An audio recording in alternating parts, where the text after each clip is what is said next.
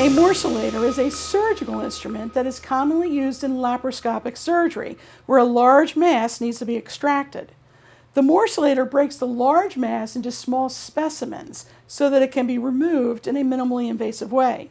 However, there are some significant safety concerns in using a paramorcellator in gynecologic surgery. These concerns include the potential spread of cancer cells. Because of this, the FDA has discouraged its use for uterine procedures and issued a warning that morcellators may spread occult cancer in the course of fibroid removal. Houston attorney Terry Bryant is here today to answer questions related to this topic. So Terry, thank you for being with us today. Thank you for having me. Well, Terry, help us understand the concern here, as we want to educate women but not unduly alarm every woman that has had uterine surgery. The concern here is for women who have had a hysterectomy or myomectomy.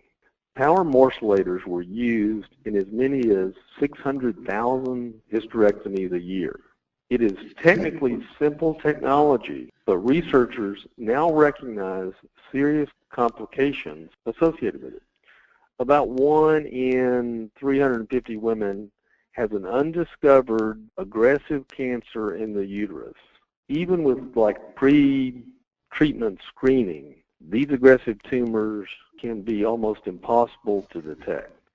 If the cancer is released during the procedure, it can spread these aggressive cancer cells throughout the abdominal cavity.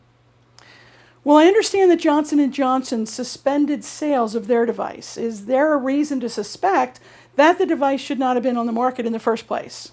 Well, anytime that a company suspends sales of their device in the midst of complications traced back to it, there's reason to suspect that the device should not have been on the market in the first place. Perhaps these injuries could have been avoided through a more thorough testing process prior to releasing the device on the market.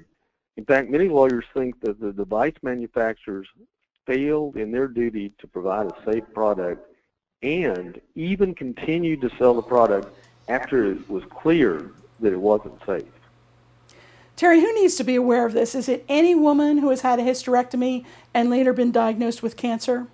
That's right, Cindy. Awareness is a key to identifying those women affected by this terrible complication.